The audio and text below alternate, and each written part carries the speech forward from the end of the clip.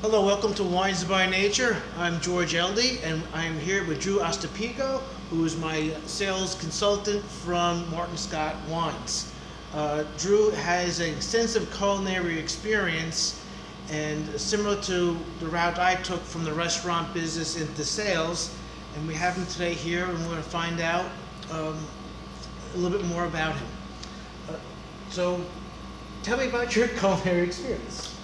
Well, I've always been a lover of food, and then I got a job in a restaurant when I was in high school, bussing tables, and I was always curious about the kitchen. So I worked my way into the kitchen eventually as a prep cook, and then from there, worked my way up through the ranks, working in numerous restaurants, mostly in the Hamptons and in St. Croix in the Caribbean. Oh, nice. Yep. Was it a passion that you had, or was it a dishwashing job that grew and budded? Did you want to become a cop or a fireman, or did you always want to? No, I didn't really know what I wanted to do. I went to school to be a painter and an artist, and then my mother really drove my passion for food, and she was the one who actually turned me on to wine. We'd always have wine with dinner, and from there, I became enamored with food and wine and how they pair together, and it all just grew from there. Well, artist chef, that's kind of a fringe business. Sure. Yeah.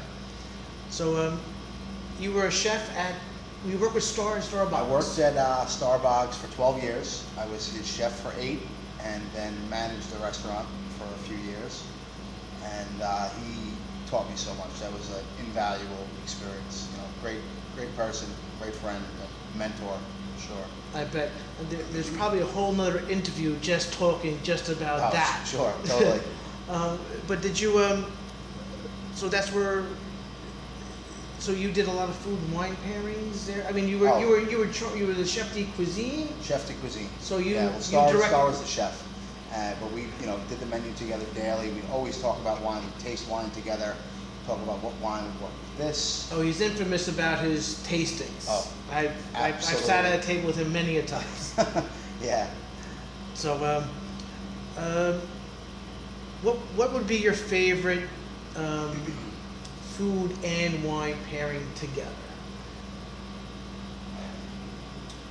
If I had to pick one, my favorite food and wine pairing would probably be a great sauterne with foie gras.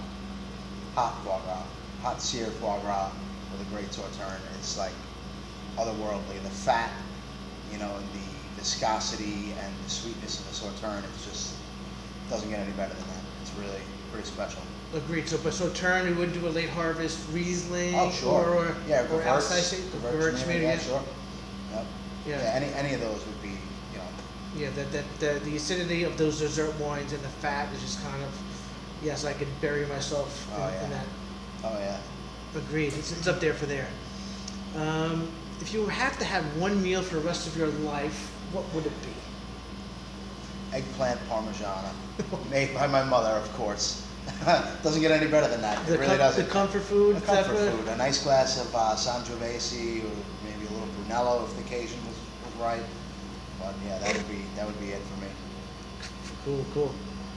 And what wine would be that one wine you would drink for the rest of your life?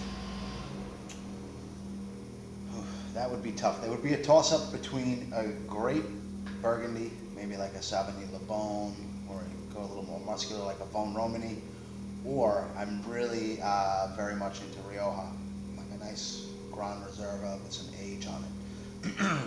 Either one of those two, I think, anything from the region of Burgundy or the region of Rioja from a great producer.